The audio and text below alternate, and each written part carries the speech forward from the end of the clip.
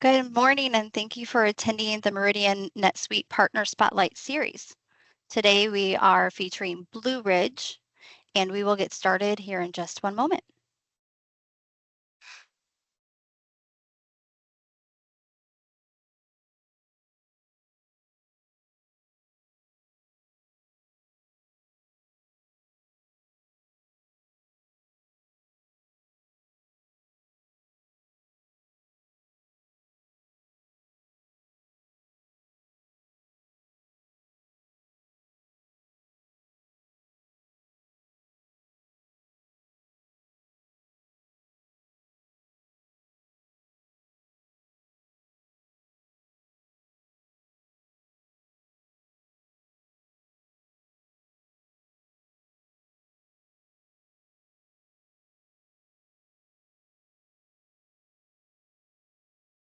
Okay, I think we have quite a bit of people. We'll go ahead and get started. Thank you again for joining, everyone. JT, I'll kick it over to you.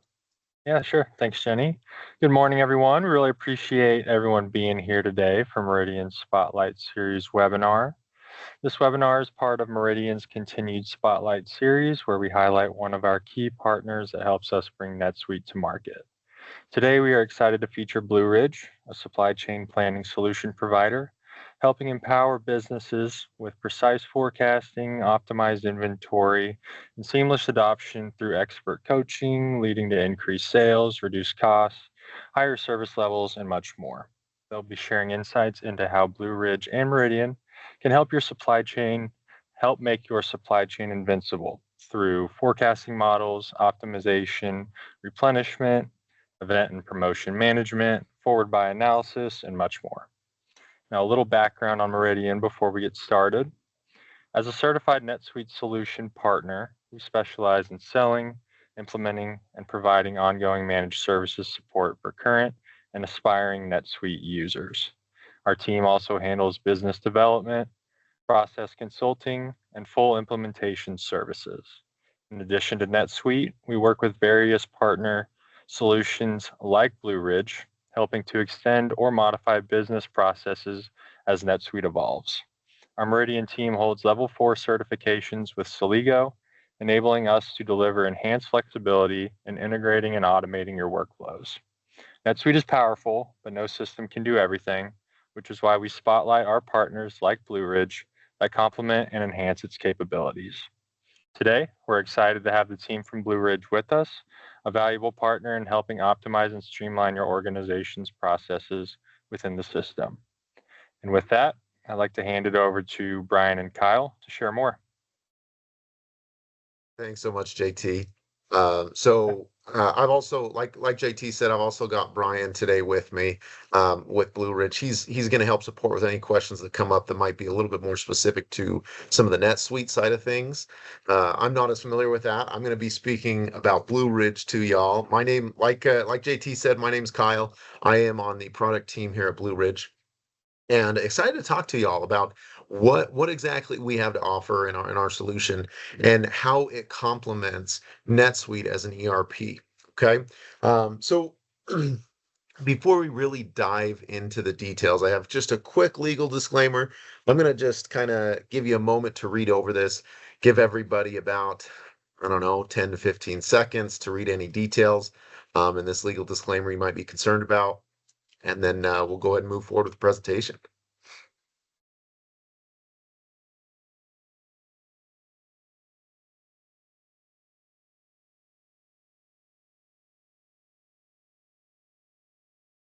All right. Cool. We'll go ahead and get started then with the real stuff, the meat and potatoes of this. So first, we'll give a quick introduction to Blue Ridge. We won't be talking too long about that today. Really, what we want to focus on is what's the difference between managing your inventory management with an ERP like NetSuite versus using the advanced planning solutions in Blue Ridge. We're going to talk about, what it means to be reactionary and reactive in your planning approach versus proactive, and the functions that Blue Ridge helps support with that, and some of those other details. We'll finish up with the NetSuite partnership that we have We have a number of customers that have NetSuite and Blue Ridge, and they've been able to glean a lot of benefits from that partnership. So we'll kind of get into those details. I expect our meeting today, I know we blocked out an hour for our webinar, but I really don't expect it to go that long. I think we'll probably be talking here for about 30 minutes, and then we'll leave plenty of time open for questions.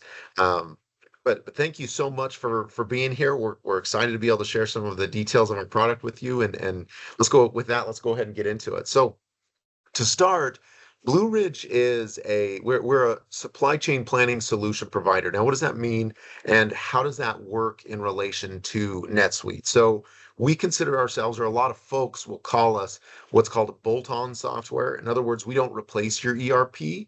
We are a supplement to your ERP. JT said it really well. He said NetSuite does a lot of things really well, but there's some things that your ERP may not be able to do, that NetSuite doesn't do for you. And that's where we come in. We provide a little bit more advanced functionality when it comes to supply chain planning. We have a global presence, and a lot of our customers are really happy once they get on our product, and once they're on the platform and running. We have a 98% customer retention rate. We are always excited to be able to share the solution with folks, but I think we're a little biased. So anyway, the solution itself, as far as what we provide, we have multiple what we call modules, or multiple products that you can select from. Many of them, not many of them, all of them work complementary to one another. But we provide this modular approach because we realize not every organization has the exact same needs. So you could get started with, say, demand planning or forecasting and replenishment. That's kind of what most of our customers use. But depending on your business, you might find that you need, IBP, or integrated business planning, allows more collaborative planning across your whole organization. Or if you do a little bit of manufacturing, you might need some of that supply planning piece. The point here is that we're a modular solution that allows you to meet you where you're at with what you need within your business. So today, we're mostly going to be talking about the demand planning and the replenishment planning piece. So at Blue Ridge, some of the major challenges that we help resolve, some of the things that we've found everybody in distribution seems to struggle with, common challenges that we see are these we have listed here, right? It's not uncommon for us to be reactive in the way that we're planning. In other words, we're not buying according to a future plan that we have, but rather we're saying, ooh, we got burned last month on products ABC, so we better make sure we buy extra of that. We're just reacting to what already happened instead of planning in regards to what we expect to happen in the future. A lot of our decisions are made on gut. We're seeing, again, sometimes we get burned in the last month, or we have those folks that have been there for 10, 15 years, and we're buying according to just kind of how they feel. And they might not even be wrong, but it's difficult to articulate and put in terms that everybody can understand why we're buying what we're buying, and why we're stocking what we're stocking, kind of our inventory plan altogether.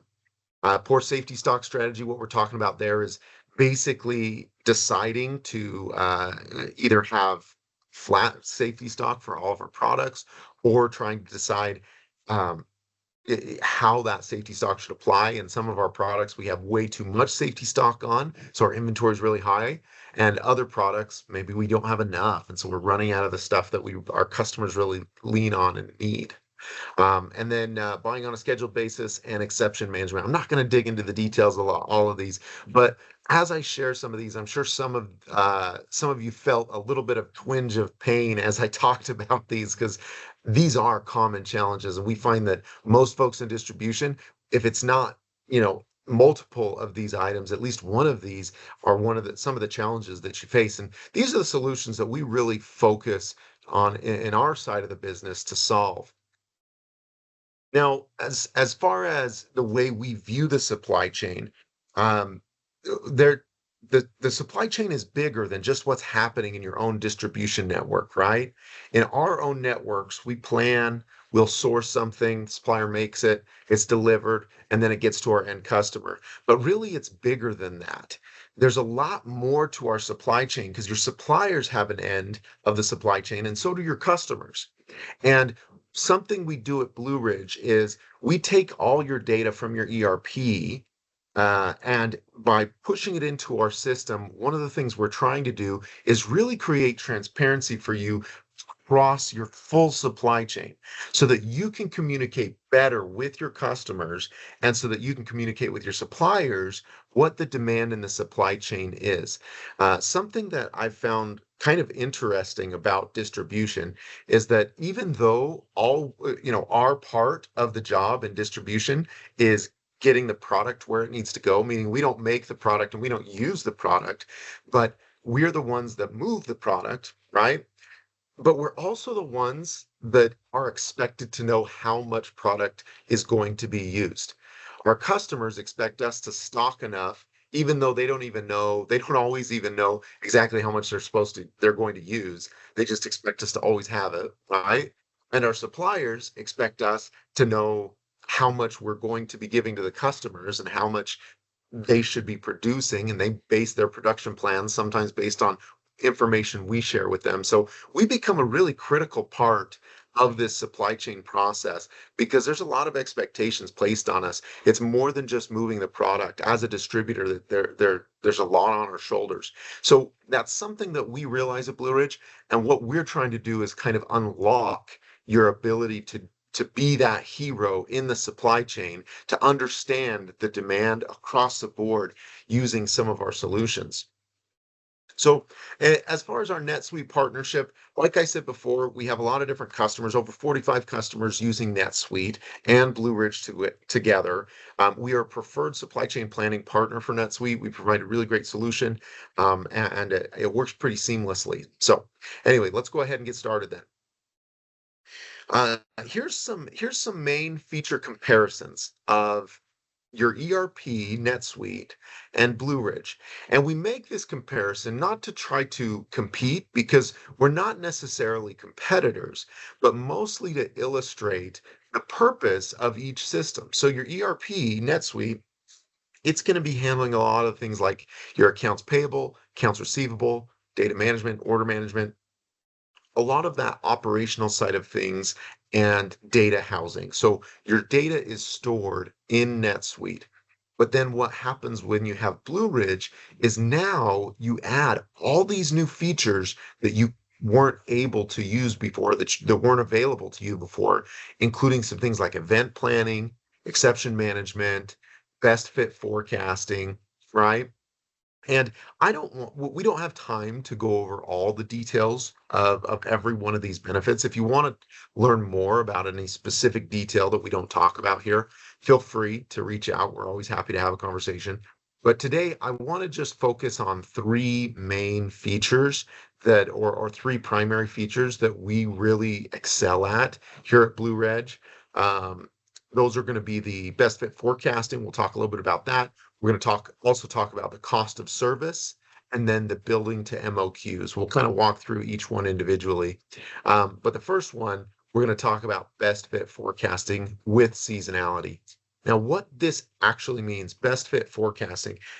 Forecasting is a process of essentially taking everything you know about a product, including how it's sold in the past and how you expect it to sell, and any new customers you know that are coming on board. All of those details, everything you know about a product, and then saying, based on everything we know, what do we expect to happen with this product in the future? That's essentially what you're doing with a forecast. And there's been a lot of different ways to forecast.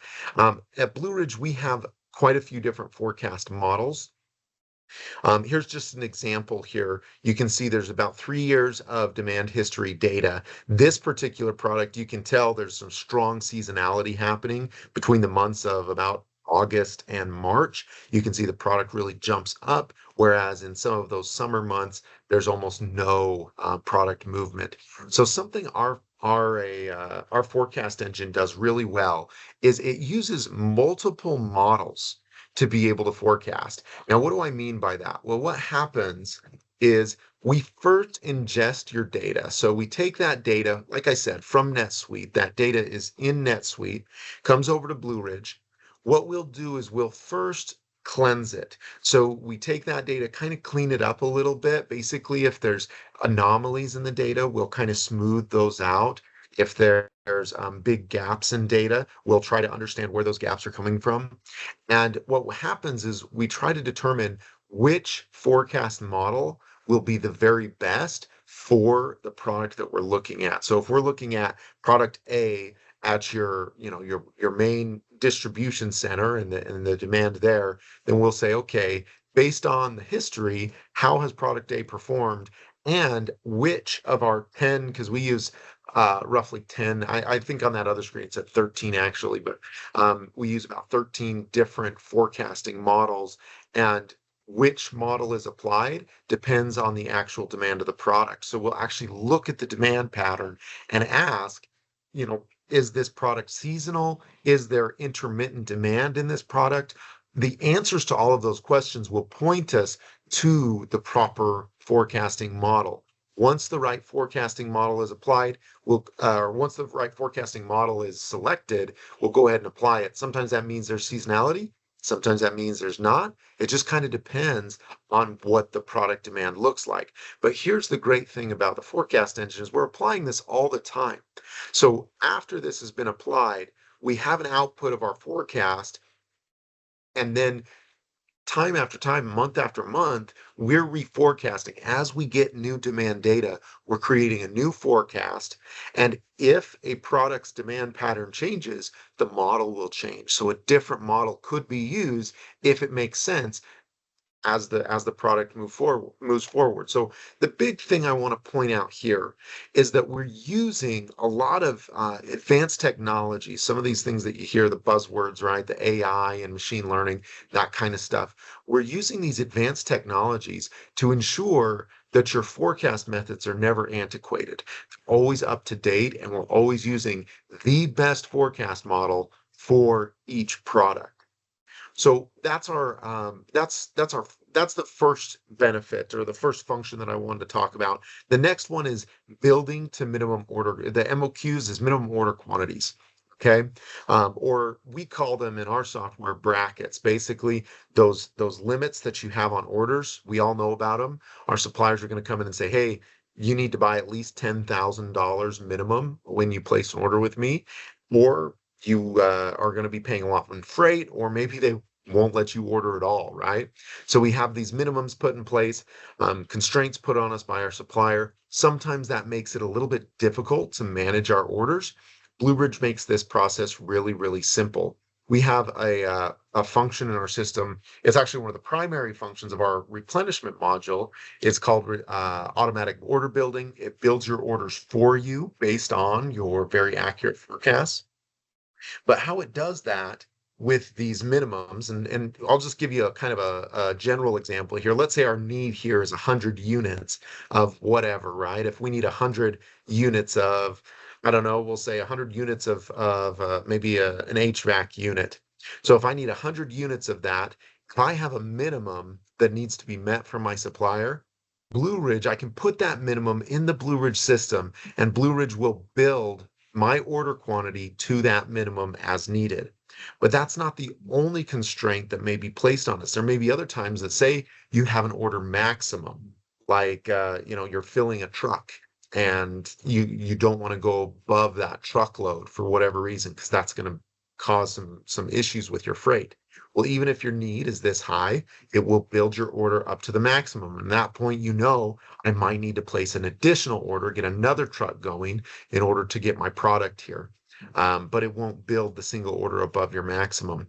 And then we have other ways to set up these constraints with a minimum or maximum. We'll build between that minimum and maximum that we've set.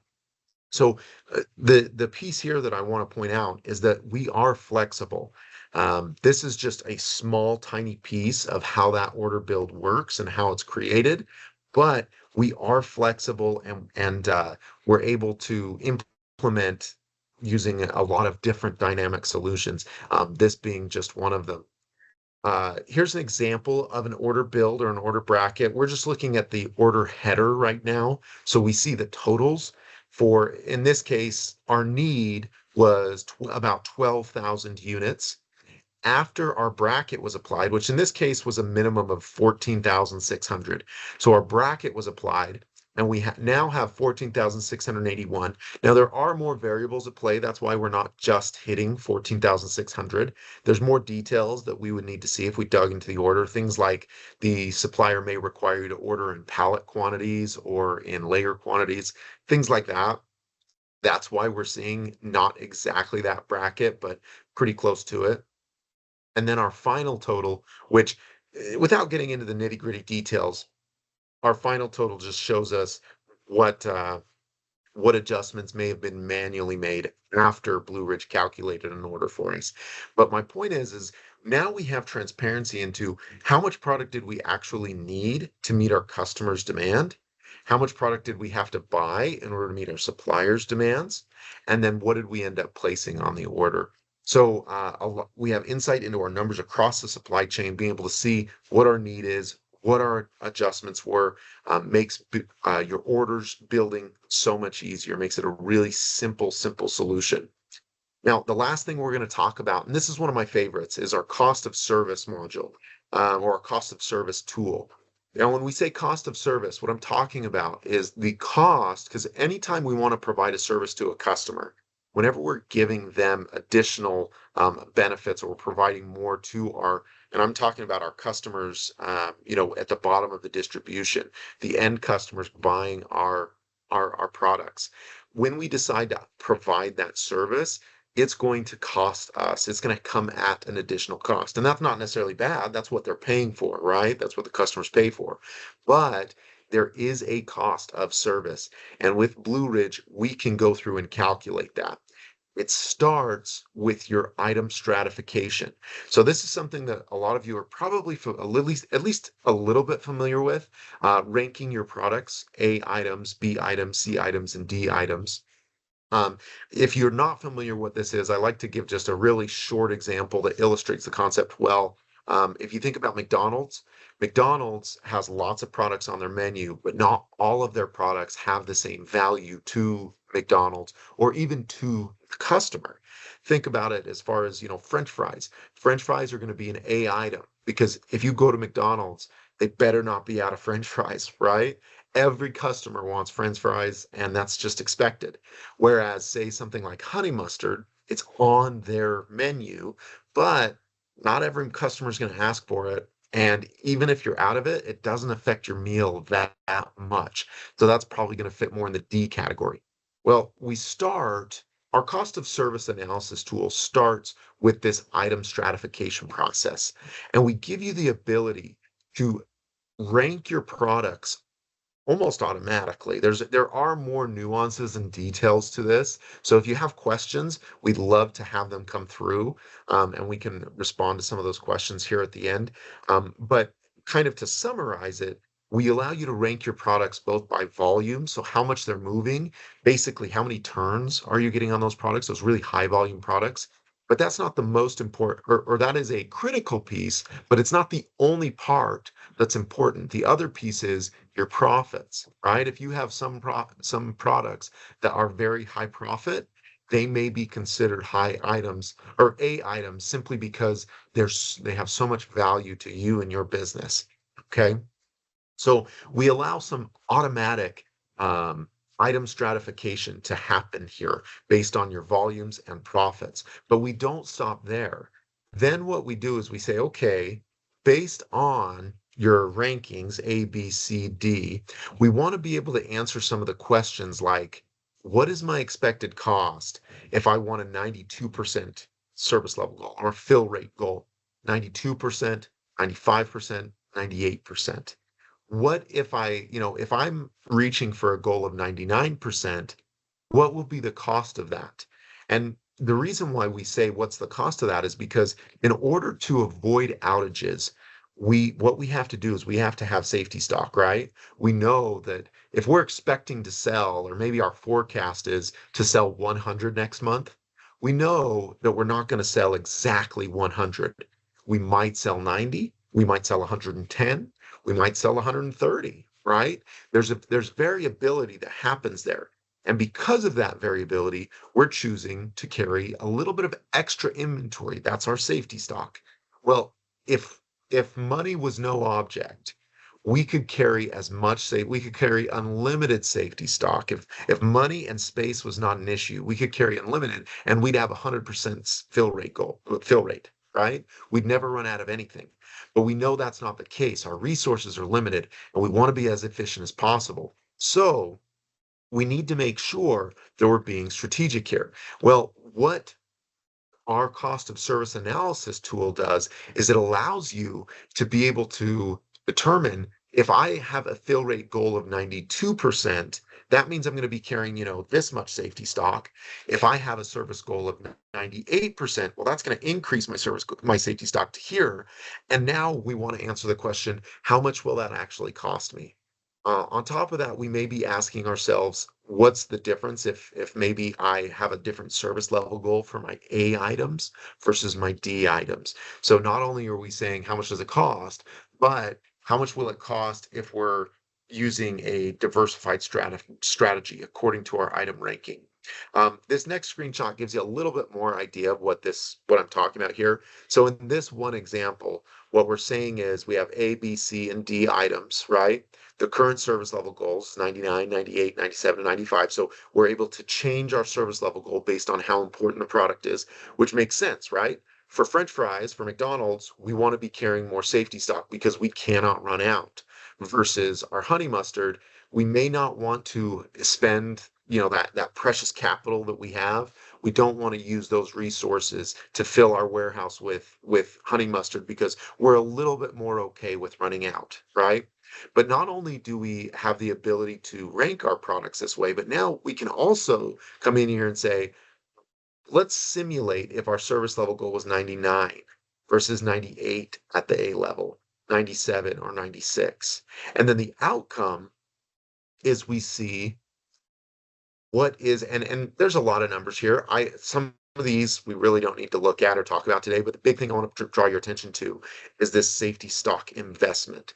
So now we're able to see at that previous, and I think this was pulled from the same example. So I think that what we're saying here is if our A levels were 99 versus our A levels 96, and there's more complexity here. We're just talking about the A's right now. But if our A levels were 99, that's going to cost us $2.5 million in safety stock. That means we're going to have $2.5 million worth of inventory on our shelves that we're not expecting to sell unless we sell more than expected. Okay. Whereas if we jump down to those lower levels, we're looking at only 2 million. Now, my point here is not to dog on safety stock. I'm not saying that simulation 1 is right and simulation 4 is wrong or vice versa. But what I'm saying is we're now creating some transparency in how much we expect our safety stock to cost us, and we can be more strategic so that when our finance team or when our executive team comes to us and asks, hey, why did we run out of this product? We can go and say, you know what? We're buying according to our strategy, which is a 95% fill rate goal. We only were out enough to, impact it 2 or 3%. So we're still within our fill rate goal. We can increase that goal, meaning we can carry more inventory and safety stock, but it will cost X number of dollars. Okay. We can now come in and give solid numbers to our leading teams, to our leadership, and be able to share with them, hey, if you want to increase your inventory, if you don't want to run out of this the next time, this is what we're going to have to do. Right. Obviously, I realize most supply chain situations are a little more complex. Maybe you're not out because of your safety stock strategy, but rather your supplier can't give you the product on time, something like that, right? But even that issue of supplier not getting your product on time, maybe they're always late. Blue Ridge, and not that that's the feature that we're getting into, but we compensate for some of that stuff, right? When we calculate your safety stock. So there's a lot of there's a lot that goes into it, but the big thing we're trying to do is create transparency and give you the ability to be able to speak to what your strategy is. Okay. Speak to what your strategy is. So again, these are the 3 main functions that we're going to talk about today. I'm not going to dive into any of the others. If you do have questions about some of the others, please feel free to raise some questions and we can talk about some of those. But best fit forecasting, cost of service, and then building to those brackets. Those are some of our favorite or some of our customers' favorite functions that are available in our software. Now, finally, to wrap things up, just to kind of give a little bit of detail on how our product works with NetSuite. Your ERP, again, these are all your data is stored in NetSuite. We share that data through secure methods over to Blue Ridge, where we then do our calculations and use your data to essentially build your orders, create your forecasts, be able to run some of those tools like your cost of service, and then we can push back any recommended orders over to your NetSuite where you're still able to see those orders in NetSuite. So there's still that constant communication between your systems, and you're able to see your orders in NetSuite as well as getting all of the benefits of Blue Ridge. And then finally, what we want to do is really move from a reactive action in your supply chain to a proactive position. We want you to be able to plan ahead and know why you're bringing in the inventory you're bringing in, and know what your strategy is. How much are you spending on safety stock? How much are you spending for each supplier and through building your orders? All of those details. Though that's what we're trying to do here. And then finally, just a few little pieces to note. These are some of the brands or the logos that we talk about using NetSuite and Blue Ridge. These are some of those logos that are doing that. Most of our customers, and again, these are just some kind of baseline results that we commonly see. We'll see a reduction in their overstock, so their total inventory going down. But what's interesting about this, if we look at this first flag and then this third flag, not only do we see inventory costs coming down, but we actually see service levels increase. So it's not that we're just cutting our inventory, but we're cutting the right inventory, right? So we're making sure we have the right product at the right time in the right amount. And that's what we're looking to do with your inventory. Okay. And then finally, reduction in planning time. We just systemize a lot of this process. It happens at scale. So you're able to do it not just with one supplier or one or two products, you're able to do it with all your products all at once. All right. So with that, I'm going to go ahead and wrap things up. I promised I'd keep it short, so I'm going to try to keep that promise. Do we have any questions from the group regarding Blue Ridge? And I see Brian just pop back up. And remind me, I know Jenny's on too with Meridian. Are the questions going to come in through the chat? Is that the format they're going to come through? There is a Q&A option at the top of the screen, and you're able to submit your questions through that Q&A chat. Okay, perfect. Thanks, Jenny. Let's see. Sorry to y'all. I'm kind of the novice when it comes to this. I can't tell if there's any questions coming in. I probably should be able to tell. Yeah, no, you're good, Kyle. I've been monitoring. It doesn't seem like anything's come in as of right now. Okay. But we'll give another minute or two here. But if there aren't any other questions, you can always feel free to reach out to Kyle or I after this regarding Blue Ridge, or go to our website at blueridgeglobal.com. And if you want to, see the product, you could always request for a demo, etc. So, Kyle, I think our information's on the next slide too. Yeah. Thanks, Brian. Yeah, we'll just leave it open to questions from here. Here's my email as well as Brian's email. You can reach out to either of us, and we'll be able to get you right folks that can show you the product and answer some of your questions. And I think that's everything I have. So if there are no questions, I'm not going to hold everybody hostage there. But you're always welcome to reach out and ask any questions that you might have, any follow-up details. But if there aren't any questions, sorry, go ahead, Brian. Oh, yeah, we do have a question. Do users have issues keeping their inventory count in the software well matched with reality? So that's a good question. That's a challenge always with distribution, right? Our numbers in Blue Ridge come directly from NetSuite. So what that means is nightly, your inventory numbers are going to be updated on a daily basis based on what is in NetSuite. Now, the reason I say that is that the answer is unfortunately more complex than that, right? If you're struggling with your warehouse, constantly making warehouse adjustments and things like that, on the Blue Ridge side of things, we're not a great solution to try to help resolve some of that stuff, because that's more of an operations and a warehouse problem, right? Trying to manage inventory on that side. But I will say that there is no issue with keeping inventory numbers up to date with whatever's in NetSuite. So if your NetSuite inventory numbers are accurate and those are staying consistently where they should be, then Blue Ridge won't have a problem. I don't know if that maybe you had another undertone to your question. Maybe there's more details you might need to add, but in a nutshell, that's basically the answer. Do you have anything to add to that, Brian? No, I think that's a great answer, Kyle. As long as we can pull the data, we're usually pulling 5 key files from NetSuite on a nightly basis, like Kyle mentioned. We're going to be able to forecast your replenishable items, no problem. We do have another question, Kyle. How often does the Blue Ridge software repeat best fit forecasting process? Is it daily, weekly, monthly? Can it be adjusted? So good question. I'll answer the second part first. Can it be adjusted? The short answer is no, and that's mostly by design. We found the best practice for forecasting is you want to be forecasting within a certain time frame and be consistent with your forecasting. Because if you're constantly changing your forecast, what's going to happen is you're going to be buying at different levels as that demand goes up and down daily. So once your forecast method is set, we generally don't change it. That's usually the case. Now, the first part of your question of how frequently does it forecast? The forecast cadence can either be set to weekly, monthly, or 4-weekly.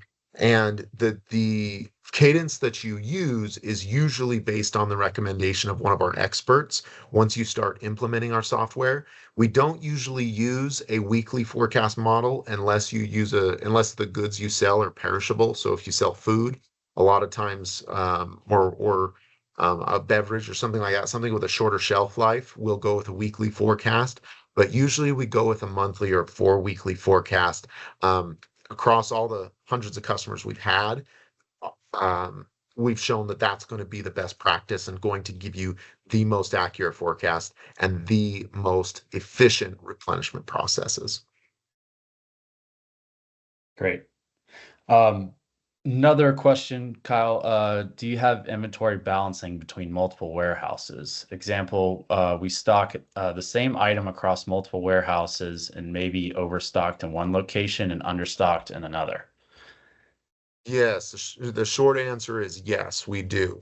Now, how that actually works kind of depends on how you're configured.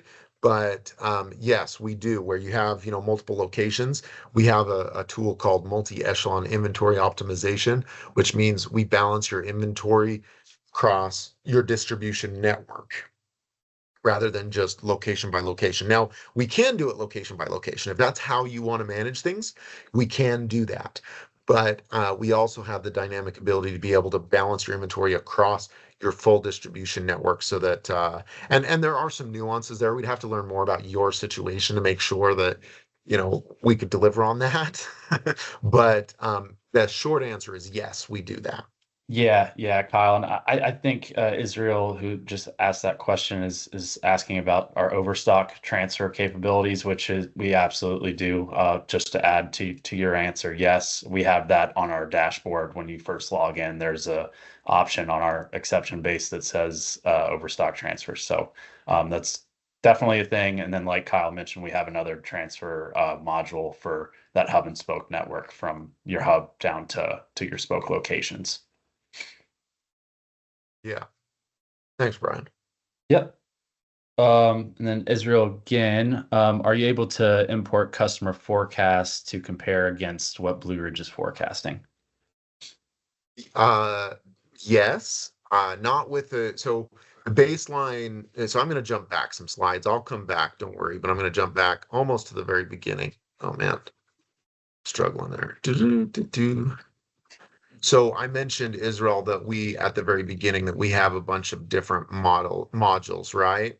What you're talking about here is our integrated business planning. So our integrated business planning tool, basically, without it, you're forecasting almost as a silo within your purchasing department. So whoever's doing the buying or whoever is doing the forecasting within your purchasing department, they're the folks that are going to be managing and creating the forecast, almost in a silo. That's how a lot of organizations operate. So we provide that as a baseline solution. Then, if you wanted to, like you're talking about, get a customer forecast and input that into the forecast, the forecast calculations, or not just customer, but maybe you get forecast inputs from sales or constraints from finance or wherever they're coming from, you can add our IBP or integrated business planning solution that will enable you to have all those different outside forecast inputs, and be able to do that. Now, as an alternative, even if you don't, sorry, I'm skipping here. What might be better is if I just jump straight down to my slide here instead of skipping through all the slides. But if you don't go with the full IBP solution, Israel, your purchasing team always has the ability to update a forecast manually. So if they are in close communication with your customers and your customer says, hey, I'm expecting to increase this, product ABC by, 100% this next month because we have such and such going on, you can actually increase that manually in the system, and your purchasing team can manage that. So depending on to what scale you're talking about, I think the answer is yes, regardless. But this actual solution that would meet your needs kind of just depends on what scale you're talking about.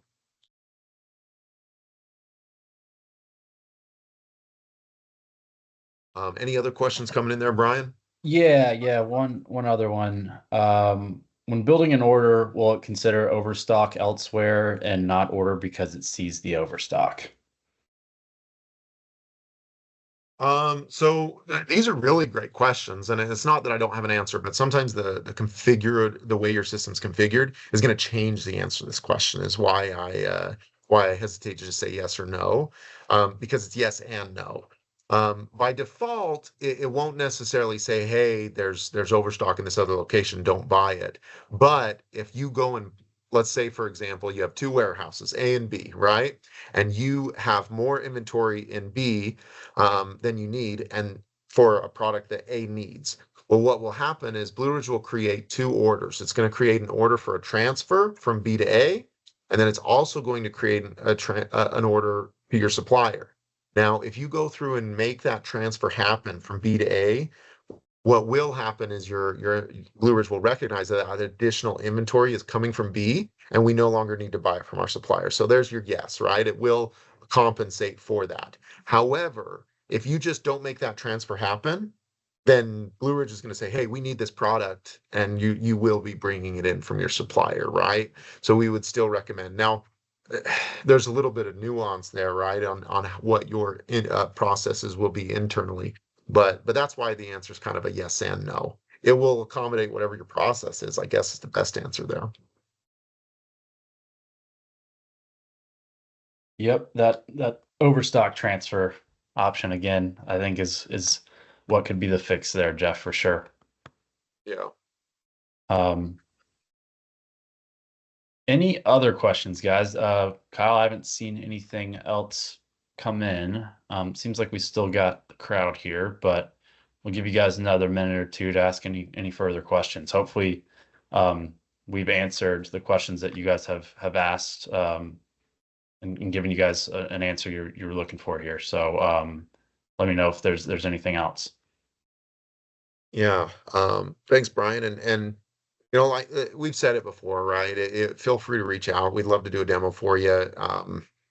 Some of your questions, I can tell by the nature of them, they're to address certain pain points you're facing personally within your organizations.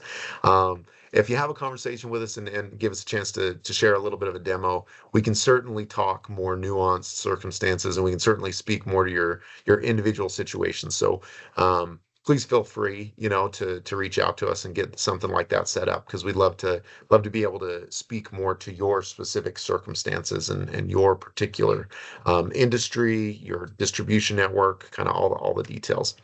Kyle, that's great. So to go off that, Dustin asked a question about our pricing structure.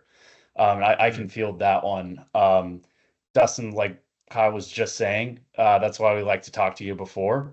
But basically, Blue Ridge is priced and it's scalable off what your supply chain looks like, right? So we price based off the amount of SKU locations we would be forecasting for, the modules you would be using, the size of your business, and then there's a small portion of it that would be for users. But that's why we really like to scope and talk to you about what your needs are, and figure out how we can price a solution for you.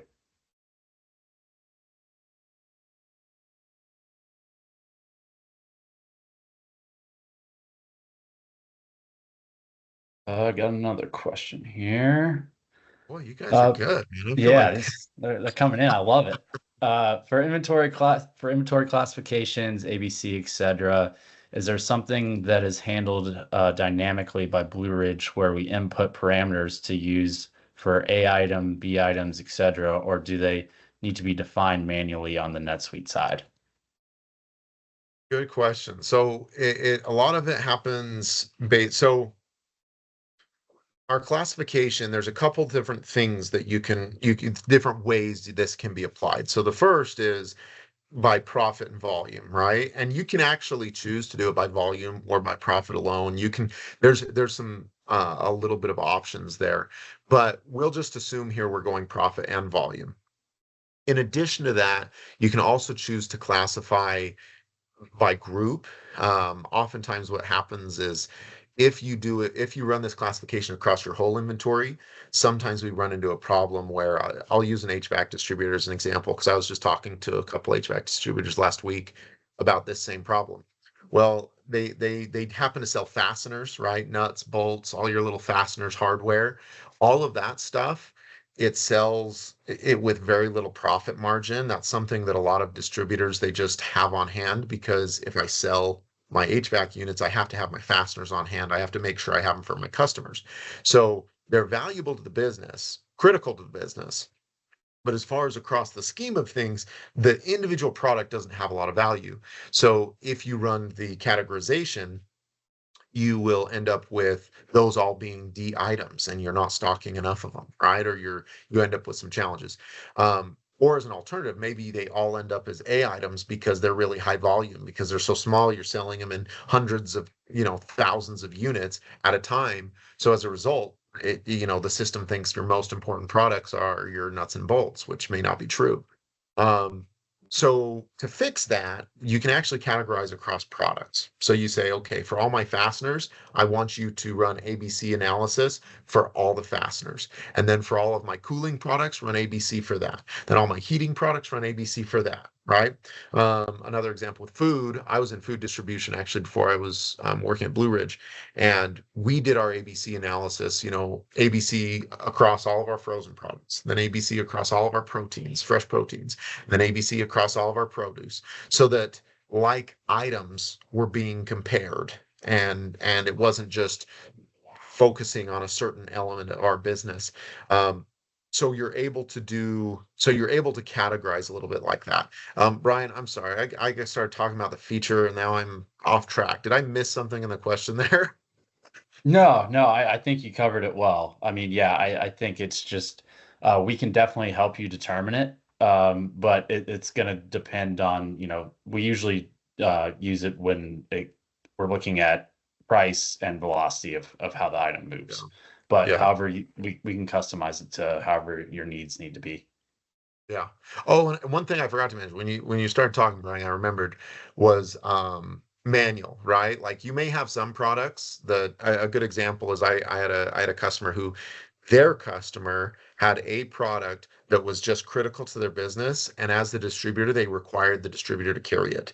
It wasn't that profitable. It didn't move that much, but essentially they were being paid extra. They were being paid more by the customer to make sure they always had this product in stock. And running the analysis always put this product at the D level, but sometimes we just need it to be an A, period. Like, and you have that capability with Blue Ridge. So running this cost of service will automatically adjust all your products at once. So it automates most of the process. But then if you need to go in and tweak and make adjustments, you have that capability as well. Exactly. Yeah, I think that's a great way to describe it.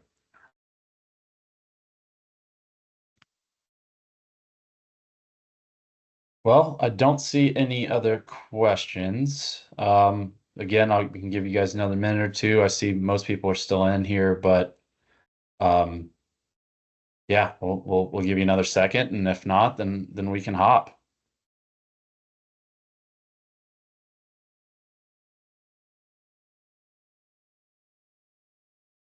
All right, cool. I'm going to go ahead and pass the time over then to JT and let him finish off. Thank you so much, by the way, JT, Jenny. Really appreciate being able to be with y'all today.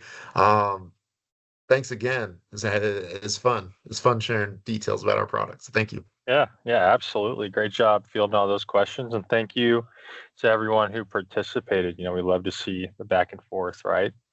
That's kind of why we do these. So, but yeah, thanks for all the insights into Blue Ridge, how to leverage your solutions within NetSuite. And again, thank you to everyone who joined us today. We know there's a lot to digest. So as we mentioned, if there's anyone interested in learning more, feel free to reach out to either the Meridian team or Brian and Kyle directly. I know they had their emails up there. They'd be more than happy, like they said, to have the conversation. And, please follow us and Blue Ridge on LinkedIn, and you can find information for our upcoming Partner Spotlight webinar featuring Tavano next month on May 15th.